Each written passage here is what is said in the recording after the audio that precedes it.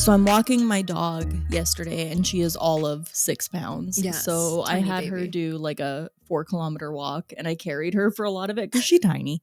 Little And legs. she loved it. And all I could think about was the leaves are changing. I can hear them crunching under my feet. She's never seen leaves like that. So she's like picking them all up and having a great time. I love that. And it was just, this is my favorite time of the Yes. year. I wish it lasted longer. I'm going to cherish every freaking second. I love it. I love fall. I mean, we're spooky girlies. We are. So, like, I think it just goes without saying that we love course. autumn, we love fall, and everything that comes along with it. There's something about, the changing of the leaves, and it's getting colder, and there's a chill in the air.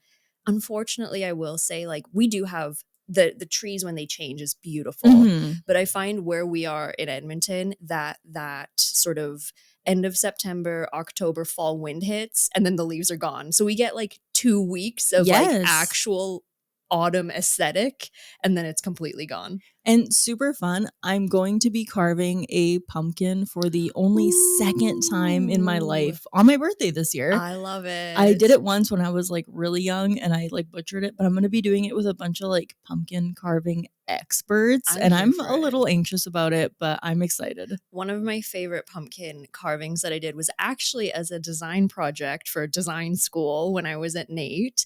And it had to be, so everybody got a pumpkin. We literally carved pumpkins in class. I love this. I loved my design teacher. She was That's fantastic. amazing.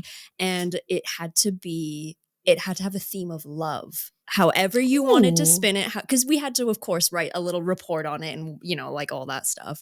So I did Frankenstein and Bride of Frankenstein. That was one of my ideas. Yes. And it was one of my favorites. So you need to help me with this because I'm so nervous. I'll send you some references on Pinterest. I told Steve, I was like, we need to do like a practice session a few weeks beforehand. So that's going to happen. Yeah. Because I don't know. It was the first time I had done something that was above and beyond the usual like triangles for eyes and like, jagged teeth for mouth sort of situation. Like I was like, okay, I'm gonna try and like scrape the skin off and kind of carve it and stuff. So I mean, very basic. I think I have a picture on my Instagram if you feel like scrolling back that far. But okay, we need to talk about this after we record because I need help. Okay, sounds good. Right, let's start the show, shall we? Let's get into it. Hello, everybody. I do it this time. That's true. We've been leaving bloopers in more often and I kind of love it. You know what? It's fun. Yeah, I mean, it's not like we're like stumbling over like someone's name or something, or like we go to pronounce something and it's like, oh wait, how do we pronounce this? Like, whatever. It's fun. And extra credit. We'll see if Charlotte leaves it in, but I might. You should. We'll see. Hello, everyone. I'm Dina. And I'm Charlotte. Welcome to the Grim Curriculum. Extra credit. Welcome, welcome. We have a series of very different stories today because we talked about this beforehand before we recorded. And I guess mine are horrific. Charlotte's are lighthearted. Yeah, mine are kind of Looney Tunesy. I mean, they are true crime related, don't get me wrong. So they're not, all rainbows and butterflies and stuff. But I think they're certainly a little more lighthearted than what you have planned for today. Yeah. So how do we want to do this? Do we want to start on a high note or do we want to start on a lower note? Let's start terrible and then we'll just kind of palate cleanser in between. Okay, exactly. I like it. So I have, this is happening right now. Okay. Literally right now. Police call a Toronto woman a serial killer after they've charged her with 3 Ontario murders in 3 days. And this is literally right now. The most recent post that I saw was Friday of this week. I have seen this pop up. It must have been on my Facebook or something. She's a pretty intimidating looking individual. She's scary. She's pretty scary. Yeah. I didn't realize it was sort of unraveling as we speak, so literally crazy. So an Ontario police chief says that the Toronto woman arrested by his force and accused of 3 murders in 3 days can be considered a serial killer. Reports of unrelated deaths were found in Toronto, Niagara Falls, and Hamilton. Crazy. So she's 30 years old. Wow. 2 men and a woman were found dead over 3 days in different cities. So this is being investigated right now. Again, literally as we speak, we will provide updates. And the Niagara Regional Police Chief, Bill Forty, told reporters, "I think by definition, she is a serial killer." Here's the thing. Mm-hmm. I know that's a very media-worthy term to throw around. However, it is wrong. I was gonna say, I mean, I don't have the exact definitions off the top of my head, but I, based on the information you've just Mhm. told me, would have said this is more of a spree situation. I love you for that because you are so Okay, correct. So yes. I do have the definition. Okay. And it says a serial killer is conventionally defined as a person who murders 3 or more people over a period of a month, which she does. Mm-hmm. However, a serial killer requires a cooling down time between Yes. murders. So this does in fact make her a spree killer, Right. She's not a gone like serial killer. boom, boom, boom sort of She ain't situation. stopping. Ooh, that's scary. So she faces 2 first-degree murders and 1 count of a second-degree murder. The first incident occurred in Toronto near Keele and Dundas Streets just after 2 p.m. on Tuesday, October the 1st. Police say that they found a still unidentified woman dead in her home with signs of trauma on her body.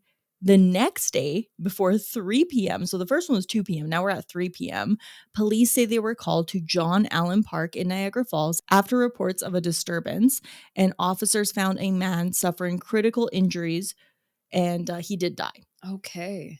Then on the 3rd of October, Dang, girl. Hamilton police rushed to a parking lot where they found a male victim who had been stabbed. He was taken to hospital where he died. So this is like you said, it's bam, bam, bam.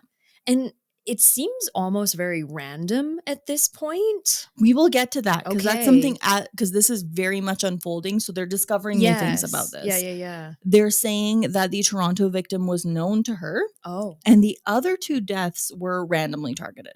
crazy. And one of the things I wonder is I've heard stories of, you bottle this feeling of anger up and you start killing, and then some people just can't stop. And I think that's what we're seeing here. Well, I think when you've, like you say, you go that long, you've been pushing it down, and then the floodgates open. Exactly. It's very hard for some people to close the gate again. They simply can't. It's broken. The dam has busted, so to speak. Absolutely.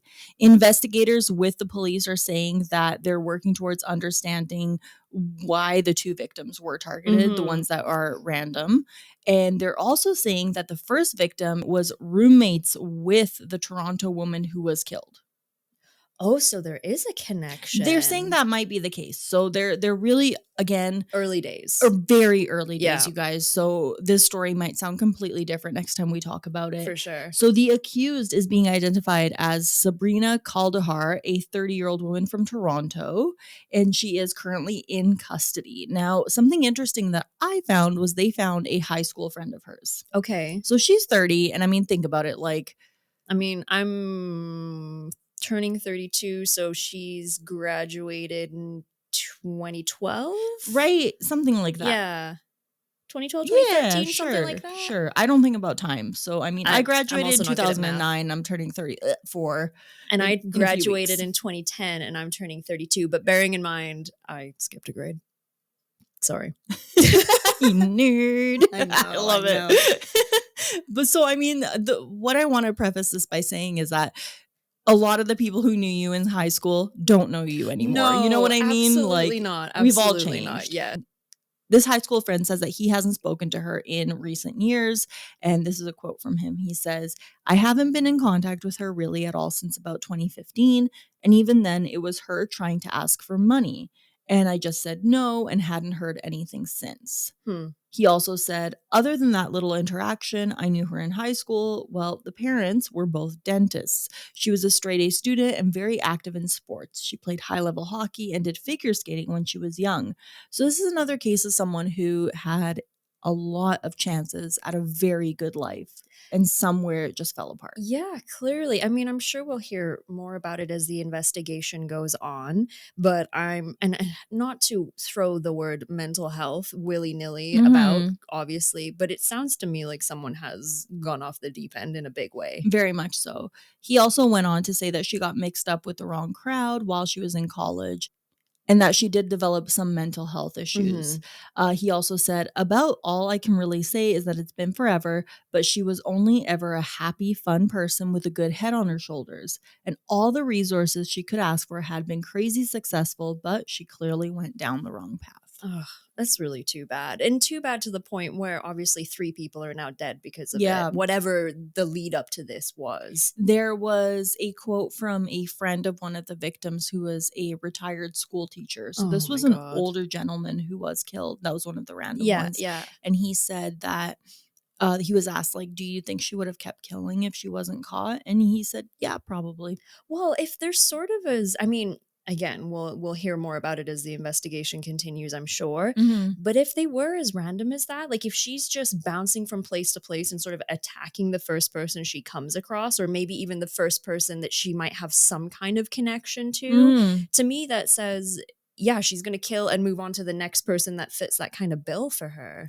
It's giving Wade Wilson, where he kind of just Mm, started off and then he wanted to see what it felt like. I don't know if that's the case. Again, like Charlotte said, we're going to yeah. find out, but it's pretty scary. I don't love that they're calling her a serial killer. I think that's very much trying to grab attention by the media. That's not the Yes. case at all. She is not a serial killer. I definitely don't think so. I'm sure you agree. Unless more information comes out and there's more victims than we initially Yeah, thought, then, like absolutely. obviously the definitions of things can change. It does sound to me, and in a way, it is a very sort of shocking and sensational kind of thing. Yes. One, she's a lady. Mm-hmm. Two, lady killers tend to get a lot more attention because it's just a little more unexpected. Yeah. I think. I'm interested to see how this unravels and if we find out more about motive and things like that, because yeah, that's pretty wild. I agree. And one thing is, I don't think we're going to see cases of her killing before because she got caught so fast.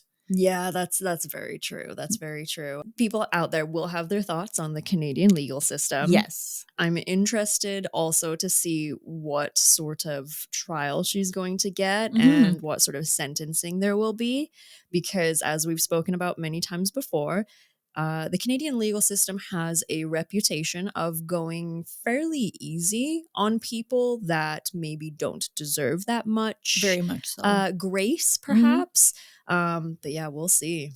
And we will keep you all posted. Again, this is literally unfolding as we Ugh. speak. So I'll bring her up again probably a few weeks from now and we'll talk about Mhm. what's going on with the case. The other unfortunate thing about the Canadian legal system is that it takes a very long It time. So it does. might be a while before we have updates, but we'll definitely keep you all posted. Next up, we're going to go down to LA. Can you just lighten the mood here, please? Yes, I definitely can. So the NoHo, NOHO Diagnostic Center in LA is suing the LAPD, the Los Angeles Police Department. And this is a fuck up of Looney Tunes proportions. Ooh, okay. So, a Los Angeles police officer's unsecured rifle was sucked into an MRI machine during a botched October 2023 raid in a Van Nuys medical imaging business that was mistaken for none other than an illegal pot operation. You have, I'd say lately, the last few episodes, you have found a way to make me completely speechless. What? Okay, so basically, we have Officer Kenneth Franco, and he is an LAPD veteran. He's a 15-year veteran with dozens of hours of narcotics training. And he was allegedly, because this is a lawsuit that's sort of ongoing now, he allegedly conducted surveillance at the NoHo Diagnostic Center several times in 2023 because he suspected them of being a pot operation. Okay. So you're probably wondering, like, how do we go from MRIs, CAT scans, CT scans, ultrasounds to illegal pot growing operation? I am. So Franco was surveilling as he was doing some, what do they call that? Stakeouts in his car. And he noticed that they were using a lot of electricity and they had tinted windows and there was a lot of people coming and going at all times. What he failed to consider, because oftentimes high electricity usage is a sort of red flag when it comes to undercover grow-ops. Yeah, of course. Because you have to heat, like, you got lights. Pot plants need light and heat. So if you're trying to hide that in a basement, your electricity bill is going to go through the roof. But MRI machines and the such use a lot of electricity because they're giant magnets, which is how our LAPD officer got his rifle sucked into the machine. Oh my God. So they broke in, did a full raid, then realized, oh, we've goofed. I feel like at some point we could have just done a Google search of the address to see the business that was there. Maybe go in and ask some questions. Right. Do some research before you act. Exactly. So on October 18th, 2023, Franco and other LAPD officers searched the NoHo Diagnostic and detained its lone on-site employee. Oh, that's awful. So one dude just hanging out, He's and doing then his best. all of a sudden the LAPD SWAT team swarms in. Oh my God. The LAPD officer with the rifle dangling in his right hand with an unsecured strap entered the MRI room, ignoring a magnetic field warning sign on the door that displayed photographs of prohibited metal objects such as scissors, screwdrivers, keys, watches, credit cards, and things like that. The suit states that the MRI machine was equipped with a sealed emergency pull button intended to be activated solely in the event of a genuine emergency, such as a health risk to the patient in the machine or a fire or an evacuation situation. So rather than seeking assistance from the one on-site employee that might have been able to help him, the officer decided that he was going to pull the emergency stop button, which it activated the emergency protocols, which resulted in the evaporation of about 2,000 liters of helium gas and extensive damage to the device. What? Also, helium, not a renewable resource. No. The helium that is on the planet with us right now that you're putting in your party balloons, it's running out. If you go to your average place that does helium balloons, a lot of them are out of helium. Yes, and it's very expensive. Yes. The LAPD officer then grabbed his rifle, this time wearing the strap over his shoulder as he should have been wearing it. Oh my God. And proceeded to walk around towards the entrance, leaving a magazine full of bullets on the floor of the MRI office. So, to put that into shorthand, he ignores the big magnet warning sign. His gun gets ripped out of his hands, and it also ejected the magazine full of live rounds onto the floor. Oh my God. He pulls the emergency stop, which did a lot of damage to the machine, to grab his rifle back, and then walked out without picking up the magazine full of live rounds. What in the fuck? You should be fired immediately. Is he gonna be? I don't have information on that. The lawsuit is going forward. They're suing the LAPD because of damages and all such things. But yeah, basically, Mr. Franco there was humiliated. I would hope so. Come on, you guys. That's a bit of a mulligan. All because they had high electricity usage and the windows were tinted. And then basically the lawyers that are suing on behalf of the Medical Diagnostics Center, they're saying, well, yeah, we have high usage because we have MRI machines, etc. And we have tinted windows to protect the privacy of our patients. Wow. Honestly, they better win. I think they're gonna take them to literally the highest ends. Yes, of fuckery. Absolutely. That is, you said Looney Tunes. You were right. Yeah. So LAPD, do better. Do better, please. That's the bar is low and you are tripping over it. I mean, not to get too far into it, we've mentioned the LAPD a few times. They're known infamously for a certain amount of corruption back in the day and so on and so forth. The LAPD has a budget bigger than the militaries of some first world countries. I'm talking billions of dollars. And yet here we are attacking medical diagnostic centers instead of actually doing our jobs. Wow. Yeah. I hate to say it, but I love that story. It's pretty funny. It's pretty amazing. Pretty funny. All right, I'm going to bring it back down to some not so hilarious topics. Brace yourselves. I wanted to talk about this story on the last extra credit. Mm-hmm. And I thought to myself, there's other stuff to talk about. And then we got chatting about it in Discord. Okay, yes. And FYI, you can get on the Discord if you subscribe to our Patreon. You sure can. Yo. So because of the conversation that went on there, I was like, honestly, this is pretty crazy. Let's talk about it. Okay. A sheriff has been charged in killing of a judge inside a Kentucky courthouse. Okay, yes, I'd heard of this, but I'm glad you looked into it further because I know very little. It's pretty crazy. So, Letcher County Sheriff Sean M. Steins allegedly killed Kevin Mullins, who was 54, in his chambers at the courthouse in Whitesburg. Whitesburg. Yeah. That's quite a name, isn't it? No kidding. Whitesburg, Kentucky. Oh no. No. I'm already conjuring up some images. Yeah. So this whole story is so crazy because when you read about it at first, it sounds wild. And then you kind of take in the fact some of the rumors that are going on about it, and it's a lot. Oh, okay. So the sheriff, he goes into the secretary and he says him and the judge need to talk. They'd known each other forever. They'd been friends for a long time. They work on a lot of big projects. So this didn't seem like too big of a deal. Okay. The sheriff was off duty.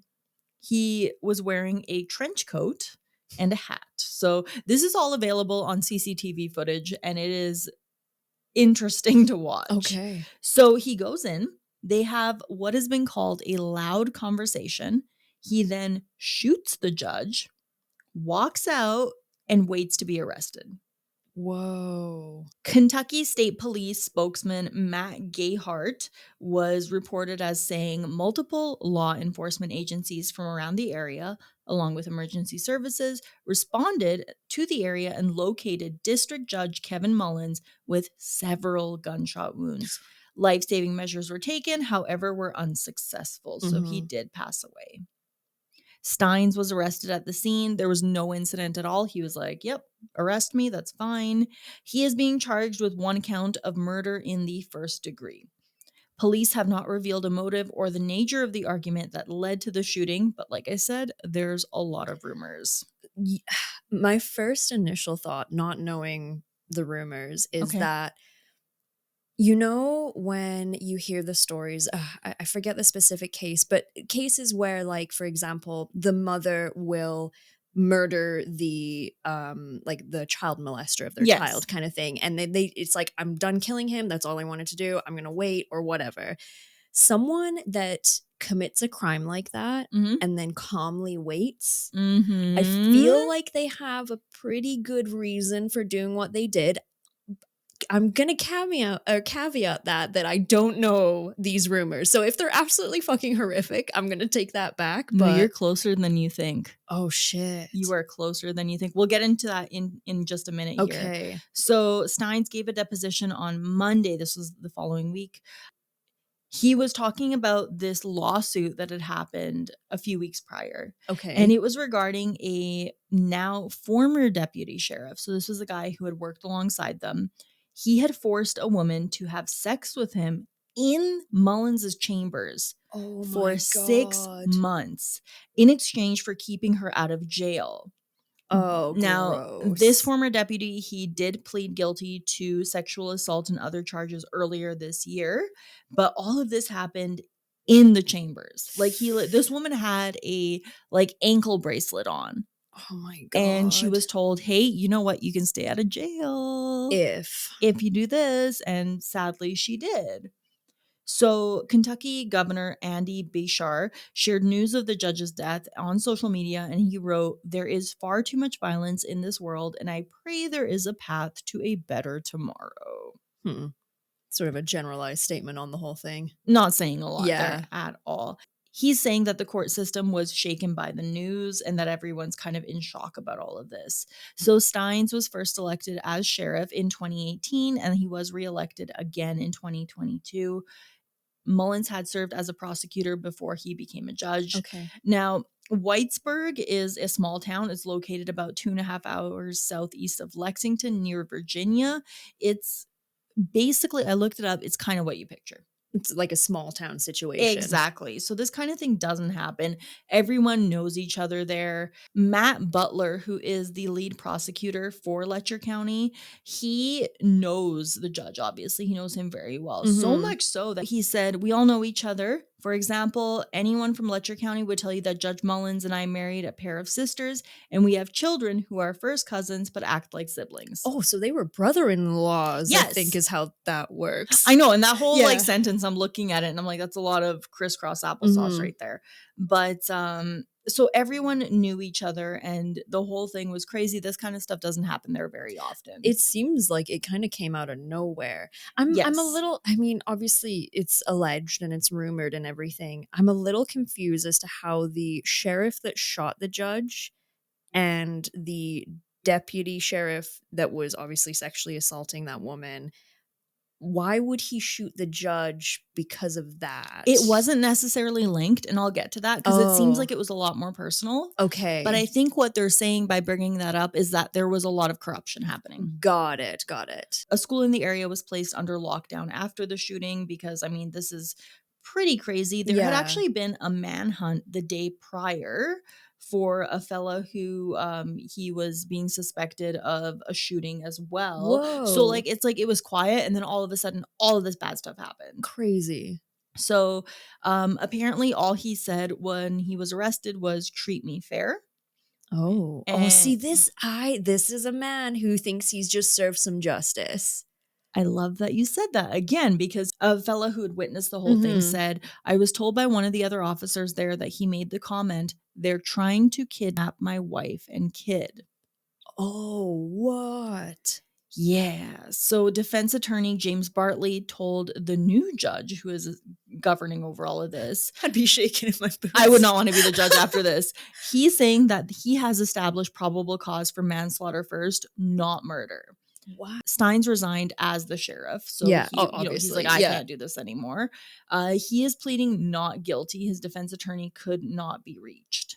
And this seems like it might actually be it. If I'm wrong, I'm wrong. We'll update you if we find out differently. Steins went through his daughter's phone. Oh. His daughter is 18 years old. Oh, God. And he found out that the judge had been texting his daughter. Now, this judge, I'm not victim blaming, he did have a little bit of a reputation as a womanizer. Oh, dear. And I mean, if you have a deputy or a sheriff having sex with someone in your chambers, you know about it. Yeah, surely That's you not know a about secret. it. No, and I mean, it could be wrong here too, but I'd hazard a guess that a judge's chambers probably have a camera in them somewhere. Yes, and they do, because all of this was caught on camera, right? So how could you not know that something was happening? Exactly. So what the going theory is right now, that whatever the sheriff had found on his phone led him to commit this murder, which is why they're saying manslaughter. And it goes back to kind of what you said, where it seems like something, I mean, she is 18, she's technically an adult, but this is an old guy, and it's not okay. So something happened here. I'm not quite sure what. I think they're hanging on to this information until they know for sure, because there's a lot of higher up people here that are involved, especially the victim. It's very scandalous, and whatever the truth ends up being, this event alone has rocked this little town. Yeah. Once they find out motive and all these little details, it's going to tear it apart. And I think as a father protecting his daughter from whatever he sort of deemed inappropriate. I mean, like I said, in his mind, he surely thought that justice had been dealt that day. However, until we find out what the truth really is, I don't want to put 100% of my backing behind him. Yeah. Because there's a time and a place to behave a certain way. But if that is the case, and he was looking to protect his daughter or whatever the case may be, at least in his mind, he felt that he had served justice. And that's why he didn't try to run or do anything. Exactly. Because if you know in your mind, you're like, I did this, but I'm not guilty. Exactly. That's I am I'm justified. Yes. Yeah. Oh, we'll keep you posted, but this story is absolutely wild. Shout out to Nova for bringing this up and making me really feel like this is something that we should talk about, because it should be talked about. And it's another thing. Both of my stories today, I guess, are very much unfolding. So I'll keep you posted with everything that's going on. In my next story, it's a little more lighthearted. Thank you. We're going to Montana this time. Okay. Yeah, we've been to Toronto, we've been to LA, we've been to Kentucky. We're going to Montana now. Let's go. We're going on a little road trip. Yeah. You're going to love this, I think. Okay. Go on. So the press release from the Justice Department of Oklahoma, not even close, Montana, Jesus Christ. The Justice Department of Montana released a press release, and this is how it begins. Montana man pleads guilty to federal wildlife trafficking charges as part of a years-long effort to create giant hybrid sheep for captive hunting. What? I'm so sorry. These roller coaster headlines. Yes, I love this. Okay, I'm gonna, you know what? From the horse's mouth, I'm just gonna read directly from this press release because it's wild. Stories like this are why we have this show. Please go on. So this is coming from Tuesday, March 12th of 2024. So earlier this year, a Montana man pleaded guilty today to 2 felony wildlife crimes, a conspiracy to violate the Lacey Act and substantively violating the Lacey Act as part of an almost decade-long effort to create giant sheep hybrids in the United States with an aim to sell the species to captive hunting facilities. What this guy was doing, so he imported sheep parts, is what's stated, from Kyrgyzstan, and he bred them, or sorry, first he cloned them and grew a sheep, and then he bred it with his local sheep to create this hybrid sheep. Okay. That would be then he would charge people money to either buy his sheep to have for their own hunting purposes, or they could come and hunt these bighorn sheep. So when I'm saying sheep, I'm talking bighorn sheep with the big horns. I'm not talking fluffy Shaun the sheep, woolly sheep. For those of you watching on Patreon, are we talking like that? Like bighorn sheepies? Yeah, like this guy. Okay. Yeah. Whoa. Yeah. Okay, so Arthur Jack Schubarth, who is 80 years old, by the way, of Vaughan, Montana, is the owner and operator of Sun River Enterprises, LLC, also known as the Schubarth Ranch, which is a 215-acre alternative livestock ranch in Vaughan. They engaged in the purchase, sale, and breeding of quote-unquote alternative livestock, such as mountain sheep, mountain goats, and various ungulates. And for those of you who don't know, ungulates are deer, elk, moose, that kind of thing. Okay. The primary market for his livestock is captive hunting operations, also known as shooting preserves or game ranches. According to court documents, Schubarth conspired with at least 5 other individuals between 2013 and 2021 to create a larger hybrid species of sheep, I almost said beef, of sheep that would garner higher prices from shooting preserves. Schubarth brought parts of the largest sheep in the world, called the Marco Polo Argali sheep, from Kyrgyzstan into the United States without declaring the importation. So he illegally imported these sheep parts. Wow. Average males can weigh more than 300 pounds with horns that span more than 5 feet. So these are big sheep. Marco Polo are native to the high elevations of the Kaimar region of Central Asia. So he took this genetic material from those sheep parts to a lab, created cloned embryos, and then implanted the embryos into the female sheep on his ranch, resulting in one single pure genetic male Marco Polo that he named the Montana Mountain King, or MMK. Whoa. So then he proceeded to breed this Montana Mountain King with normal sheep of the area, creating these massive motherfucking sheep. This is like some mad scientist level shit. Well, the thing is, if Mr. Schubarth here of 80 fucking years old can clone sheep at his ranch in Montana, what is happening to the folks that have a little more money and power behind them? I love that. I remember when I was a kid and they cloned, or they birthed Dolly the cloned sheep or whatever. And I literally remember sitting in my living room in the UK and my mom was on the couch. And I remember her just saying, if they're showing it to the public, they've been doing it behind the scenes for years and they're doing it to humans too. Absolutely.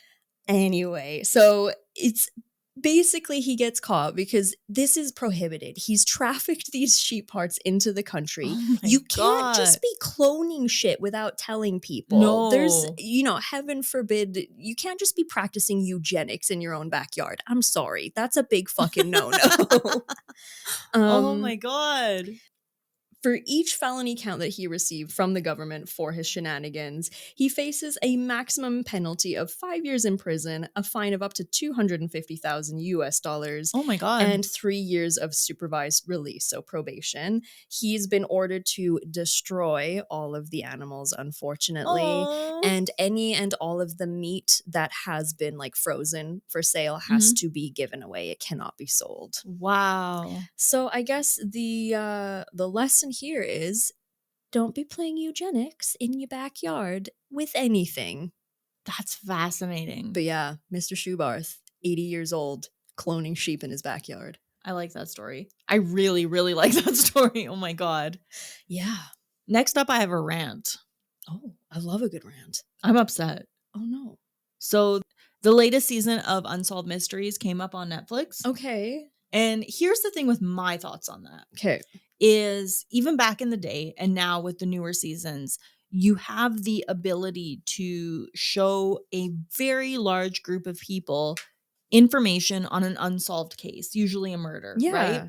And that has led to some of these cases being solved, which I Yes. think is so wonderful. Absolutely. So when you put something on Netflix, you have the opportunity to show a lot of people, hey, this is a story people may have forgotten about. Let's bring it back to light and maybe we can talk about solving Absolutely. it. Right? And they have. They've solved several different mysteries because they've thrown it out there to Yes. the public and someone has been like, "Hey, I know a little bit about this." And it's led to, answers. Even with, I think it was the first season, 2 of those cases are solved or almost solved now. Amazing. Wonderful. Yeah. This latest season, Oh. 4 episodes. One is a murder, double murder, very tragic. One might be aliens. The other one is paranormal. The other one is aliens. I was like, you guys, you have the chance to bring these cold cases back. And you're going to talk about aliens and ghosts. And the second episode is just a guy. I'm not shitting you. He went to someplace in the UK and he found this like paranormal entity or whatever. Okay. And he's saying he invited it back to come with him to help him solve cases. Oh, man. We've gone from like esteemed sort of entity that's out there for good to Zach Baggins in Ghost Adventures. Thank you. I'm so upset, you guys. Anyone else who's watched it, I'm sure you're gonna feel the same way. I was so excited for the new season. The last one, they did a few kind of like fun subjects, like they did Mothman in the last season. Yeah, I loved it. I was like, sure, but such a missed opportunity, and I'm not impressed. I agree. I think, you know what, if you want to do a spin-off or whatever where it's like, Unsolved Mysteries, paranormal. Thank you. You know what? Set the expectations. Do it. Obviously, it's going to be a bit more mythology related or whatever, cryptid related. But I think you have such, like you say, a great platform that has done so much good in the past. Let's not trivialize it. I'm so pissed. I was trying to watch this yesterday while doing laundry. And I just kept going to the next episode. And when I saw that's all that it was, I was like, I am unnecessarily angry about this. And the thing is, it's not like we're lacking for unsolved crimes in this world. I would love to see a case that they talked about in the very first few seasons of it to bring it back. We talked about Tammy Lynn on the show quite a while ago. Yeah. That was because of an episode of Unsolved Mysteries. Yeah. Bring her back. Bring anybody back. But you're talking about a guy who thinks he talks to ghosts and makes friends with them? Absolutely not. That is my rant. Thank you very much. I love TED Talks. All right. That brings us to our latest strange and unusual death.